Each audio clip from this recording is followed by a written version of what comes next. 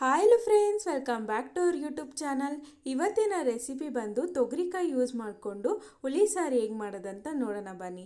ಇಲ್ಲಿ ಒಂದು 2 ಕಪ್ ಆಗಷ್ಟು ತೊಗರಿಕಾಯಿನ ಚೆನ್ನಾಗಿ ತೊಳ್ಕೊಂಡು ಅದನ್ನು ಇವಾಗ ಒಂದು ತಪ್ಪಲೆಗೆ ಹಾಕ್ಕೊಂಡು 1-2 ಚೊಂಬಾಗಷ್ಟು ನೀರು ಹಾಕ್ಕೊಂಡು ಅದ್ರ ಜೊತೆಲೇ ಒಂದು 4-5 ಟೊಮೆಟೊನ ಹುಳಿ ಟೊಮೆಟೊನ ಈ ರೀತಿ ಕಟ್ ಮಾಡಿಕೊಂಡು ಚೆನ್ನಾಗಿ ಕುದಿಸ್ಕೊಳ್ಳೋಣ. ಇದನ್ನು ಕಾಳೆಲ್ಲ ಚೆನ್ನಾಗಿ ಬೆಂದಿರಬೇಕು.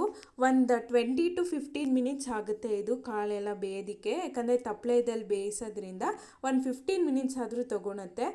ಇವಾಗ ಇದಕ್ಕೆ ರುಚಿಗೆ ತಕ್ಕಷ್ಟು ಉಪ್ಪು ಹಾಕ್ಬಿಟ್ಟು ಇದು ಲಿಡ್ ಕ್ಲೋಸ್ ಮಾಡಿಬಿಟ್ಟು ಚೆನ್ನಾಗಿ ಬೇಯಿಸ್ಕೊಳ್ಳೋಣ ಕಾಳನ್ನೆಲ್ಲ. ಇವಾಗ ಇನ್ನೊಂದು ಕಡೆ ಒಂದು ಮಿಕ್ಸಿ ಜಾರ್ ಇಟ್ಕೊಂಡು ಅದಕ್ಕೆ ಒಂದು 3 ಟೇಬಲ್ ಸ್ಪೂನ್ ಆಗಷ್ಟು ತೆಂಗಿನ ತುರಿನ ಹಾಕ್ಕೊಳ್ಳೋಣ. ಅದರ ಜೊತೆಲೇ ಸ್ವಲ್ಪ ಬೆಳ್ಳುಳ್ಳಿ ಮತ್ತು ಗಸಗಸೆನ ಹಾಕ್ಕೊಳ್ಳೋಣ. 1 ಟೇಬಲ್ ಸ್ಪೂನ್ ಆಗಷ್ಟು ಗಸಗಸೆ ಹಾಕ್ಕೊಂಡ್ರೆ ಸಾಕು. ಮತ್ತು 2 ಈರುಳ್ಳಿನ ಈ ರೀತಿ ಉದ್ದುದಾಗಿ ಕಟ್ ಮಾಡಿಕೊಂಡು ಹಾಕ್ಕೊಳ್ಳೋಣ. ಇನ್ನೊಂದು ಕಡೆ ನಾವು ಕಾಳು ಮತ್ತು ಟೊಮೆಟೊನ 2 ಒಟ್ಟಿಗೆ ಬೇಯಿಸ್ಕೊಂಡಿರ್ತೀವಿ. ಸೊ ಅದು ಸ್ವಲ್ಪ ಟೊಮೆಟೊ ಈ ರೀತಿ ಚೆನ್ನಾಗಿ ಬೆಂದ ಮೇಲೆ ಅದನ್ನು ಇವಾಗ ಮಿಕ್ಸಿ ಜಾರ್ಗೆ ತೆಗ್ದು ಹಾಕ್ಕೊಳ್ಳೋಣ. ಟೊಮೆಟೊನೆಲ್ಲ ತೆಗಿಯೋವಾಗೇ 1 ಸ್ಪೂನ್ ಆಗಷ್ಟು ಕಾಳನ್ನು ತೆಗ್ದು ಮಿಕ್ಸಿ ಜಾರ್ಗೆ ಹಾಕ್ಕೊಳ್ಳೋಣ. ಆವಾಗ ತುಂಬಾ ಚೆನ್ನಾಗಿ ರುಚಿ ಬರುತ್ತೆ.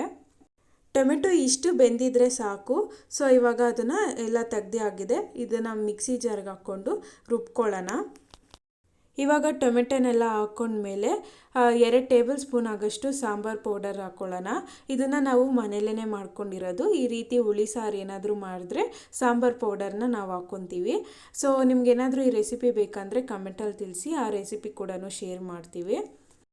ಇನ್ನೊಂದು ಕಡೆ ಆಲೂಗೆಡ್ಡೆ ಮತ್ತು ಈರುಳ್ಳಿನ ಈ ರೀತಿ ಕಟ್ ಮಾಡಿಕೊಂಡು ನಾವೇನು ಕಾಳು ಮತ್ತು ಟೊಮೆಟೊನ ಬೇಯಿಸ್ಕೊಂಡಿರ್ತೀವೋ ಅದಕ್ಕೆ ಹಾಕ್ಕೊಂಡು ಅದನ್ನು ಕೂಡ ಚೆನ್ನಾಗಿ ಕುದಿಯೋದಕ್ಕೆ ಬಿಡೋಣ.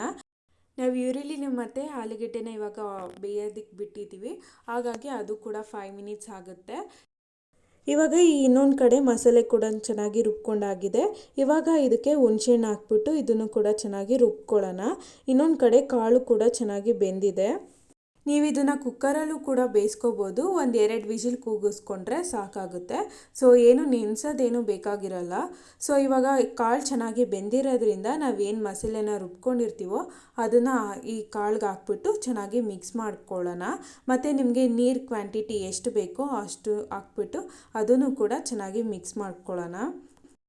ನೀವಿನ್ನೂ ನಮ್ಮ ಚಾನಲ್ನ ಸಬ್ಸ್ಕ್ರೈಬ್ ಮಾಡಿಲ್ಲ ಅಂದರೆ ಸಬ್ಸ್ಕ್ರೈಬ್ ಮಾಡಿ, ಹಾಗೆ ಪಕ್ಕದಲ್ಲಿರೋ ಬೆಲ್ಲೈಕನ್ನ ಕ್ಲಿಕ್ ಮಾಡಿ. ಸೊ ದಟ್ ನಾವು ಹಾಕೋ ಹೊಸ ವೀಡಿಯೋಸ್ ಎಲ್ಲ ನಿಮಗೆ ನೋಟಿಫಿಕೇಷನ್ ಆಗಿ ಬರುತ್ತೆ. ಇವಾಗ ಮಸಾಲೆನೂ ಕೂಡ ಹಾಕ್ಕೊಂಡಾಗಿದೆ ಮತ್ತು ನಮಗೆ ನೀರು ಕ್ವಾಂಟಿಟಿ ಎಷ್ಟು ಬೇಕೋ ಅಷ್ಟು ಹಾಕ್ಕೊಂಡಾಗಿದೆ. ಇವಾಗ ಈ ಮಸಾಲೆ ಎಲ್ಲ ಕಾಳಿಗೆ ಚೆನ್ನಾಗಿ ಹಿಡಿಬೇಕು. ಅಲ್ಲಿವರೆಗೂ ಇದನ್ನು ಚೆನ್ನಾಗಿ ಕುದಿಸ್ಕೊಳ್ಳೋಣ.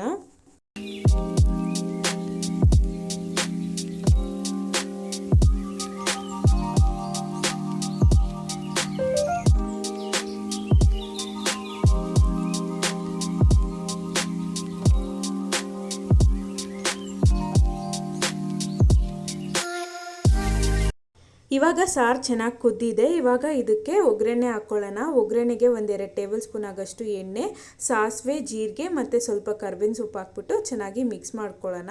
ಇವಾಗ ಸಾಂಬಾರು ಚೆನ್ನಾಗಿ ರೆಡಿಯಾಗಿದೆ. ಸೊ ನಿಮಗೆ ಈ ವಿಡಿಯೋ ಇಷ್ಟ ಆದರೆ ಲೈಕ್ ಮಾಡಿ. Thank you for watching.